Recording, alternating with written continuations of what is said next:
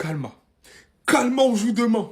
Calma, on joue demain. Gars, je vous ai dit, la première ligue, il n'y a rien qui est joué d'avance. Quel match entre City et Newcastle. 90 minutes à St. James Park, c'est long. Ceux qui regardent la première ligue, ils savent. Avant de commencer ce débrief, en toute objectivité, sur ce contact dans la surface, il aurait pu y avoir penalty.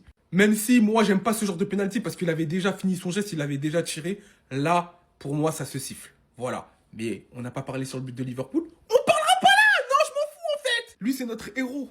Les héros de Arsenal, Harvey Barnes.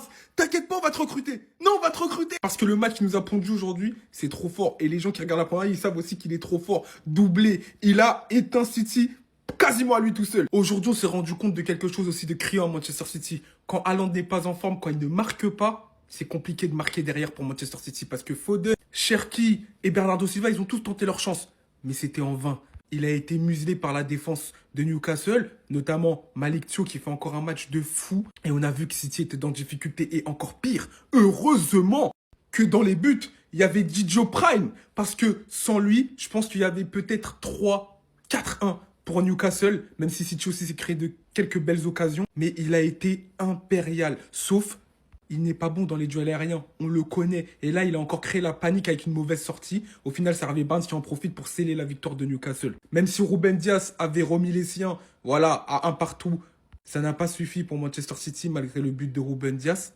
Mais on le dit encore une fois, la première ligue, rien n'est joué d'avance. Demain, on joue Tottenham, ça va être compliqué, on le sait. En plus, c'est un derby, voilà. Est-ce que vous l'avez juste déjà vu faire ça hein? C'est à se dire à quel point pour lui c'était trop. Après Liverpool, c'est à City de perdre son match après la trêve. Le retour fait super mal, mais l'arbitrage fait autant mal. Oui, parce que moi je fais partie de ces personnes qui disent au bout d'un moment faut aller se faire. Et cette colère à s'en prendre à son propre siège est justifiée. Sur ce but de Newcastle, hors-jeu n'a pas été sifflé pour la simple et unique raison que l'épaule du joueur de City couvrirait apparemment le pied du joueur de Newcastle. Mais quand vous voyez en plus les vraies images, c'est abominable. Sachant d'autres actions assez litigieuses qui n'ont pas été sifflées non plus. N'empêchera bien évidemment pas le fait, et on le savait, qu'affronter Newcastle chez eux, c'est un calvaire. L'équipe est joueuse et City n'a pas réussi à s'en montrer autant. Surtout Haaland qui, qu'on se le dise, totalement inexistant durant ce match. Une défaite aujourd'hui, c'était littéralement la pire opération après la trêve. Sachant que les derniers moments, ça commençait à quand même bien revenir. On essayait à peu près de faire peur à Arsenal. En fait, pour l'instant, les équipes qui suivent Arsenal, ils se mettent des bâtons dans leurs roues eux-mêmes. On sait que le championnat, c'est long, on sait qu'il va y avoir encore beaucoup de matchs. Mais ça, c'est un match où au minimum, il faut arracher le nul. C'est le minimum. Ça va être très compliqué pour la suite. On va voir ce que ça va donner, les gars. Mais Pep Guardiola, s'il te plaît, ne te remets pas dans tes états de forme de la dernière saison où tu te griffais le crâne, là. Et 7 ans qu'on n'a pas perdu à Newcastle. Défaite méritée parce qu'on a été nul. J'aimerais qu'on m'explique depuis quand ça se siffle pas. Parce que je suis désolé, il est dans la surface, il touche pas le ballon, il fait un tacle en retard et il n'y a pas eu faute. Vous le mettez dans un autre angle si vous avez des doutes. Mais il touche en aucun cas le ballon. Et l'arbitre de ce match a décidé de faire foot en folie. Personne n'a pris de carton jaune à part Oscar Bob à la 94e minute. Pour vous dire tellement qu'on mérite de perdre, le meilleur homme sur le terrain, c'était Gianluigi Donnarumma. Il nous a fait 4 parades monstrueuses. Je ne comprends toujours pas comment le PSG l'a laissé partir. C'était Ederson à sa place, on en aurait pris au moins 5. Comme sur cette frappe de Voltema 2, il s'est mis au sol en 2 secondes top chrono. Il a eu aussi énormément de réussite. Parce que regardez-moi ce raté. Vous le mettez sur un autre angle. Il était seul. Ils ont mis le 2-1. Ils nous ont mis le but. Ils sont passés en 5-5. C'était tout pour la défense. Regardez les 10 minutes qui ont suivi. 91% de possession de balle. Leur seul objectif, c'était de conserver le score. J'espère juste que Tottenham va pouvoir faire quelque chose demain. Parce que là, on donne un cadeau à Arsenal. Fait 2-1, on n'a pas été boosté. L'équipe n'a été pas efficace offensivement. Mais je crois que les arbitres, ils ont peur quand ils viennent au St. James Park. Parce que c'est pas la première fois que je fais cette remarque. Les arbitres, quand ils viennent au St. James Park, quand ils viennent à Newcastle et que Newcastle affronte une grosse équipe, au nom de Dieu, on dirait ils ont trop peur, les mecs. Comment dans un match comme ça, pour ceux qui l'ont vu, les joueurs de Newcastle, ils en sortent avec 0 carton, les gars. Comment c'est possible, wesh? Comment c'est possible de ne pas siffler penalty ici, les gars? Il lui a arraché la cheville, wesh. Il lui a fait de la dé à la cheville. En fait, quand les joueurs de Newcastle, ils sont au St. James Park, ils font ce qu'ils veulent. Ils font ce qu'ils veulent, en gros, c'est leur règle, à eux, en fait. Arrache les chevilles. Ça fait des fautes à tout va, il n'y a pas de carton. Ça joue les gardiens dans la surface. Ça veut dire, en gros, là, le mec, il s'est mis en position Ter Stegen. Arrêt en croix, boum, il a mis sa main comme as. Et au nom de Dieu, là-bas, il a touché la paume de sa main. Mais l'arbitre, il a dit, c'est pas grave, en mode, on laisse couler. Donc, la défaite, en soi, elle est méritée parce qu'on n'a pas été bon offensivement. Mais au bout d'un moment,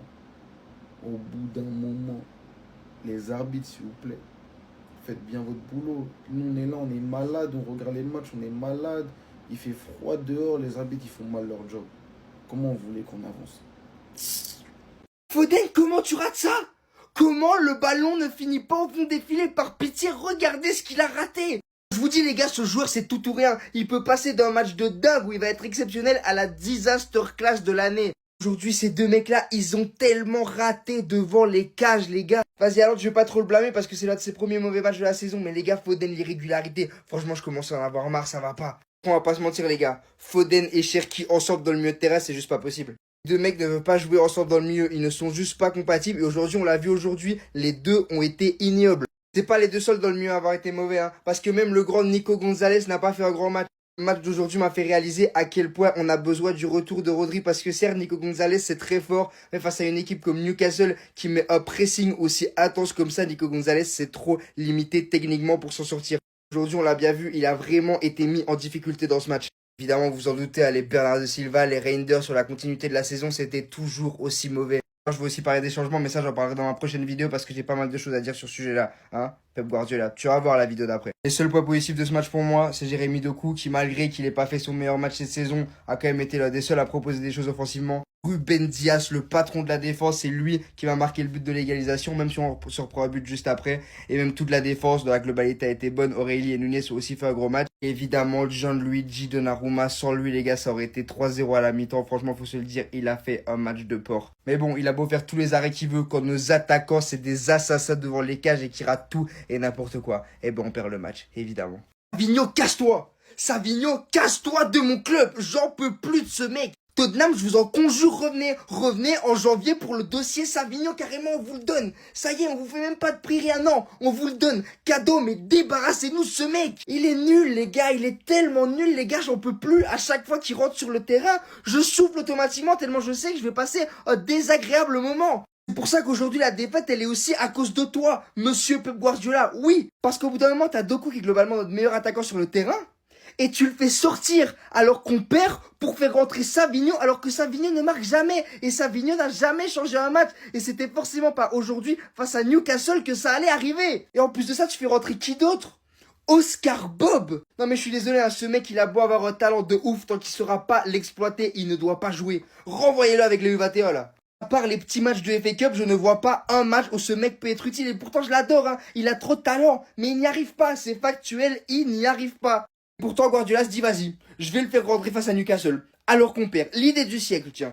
Contre un mec comme Omar Marmouche qui, lui, aurait vraiment pu nous faire changer le cours du match en rentrant. Lui, tu le fais rentrer à la 87e minute. C'est quand c'est déjà mort, là, quand c'est foutu.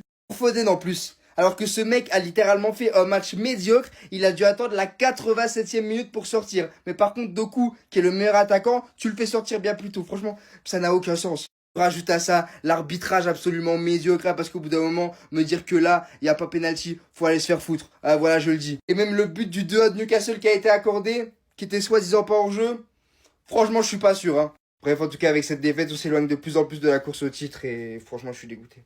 Bah, je suis dégoûté, j'ai rien d'autre à dire, j'ai trop le seum.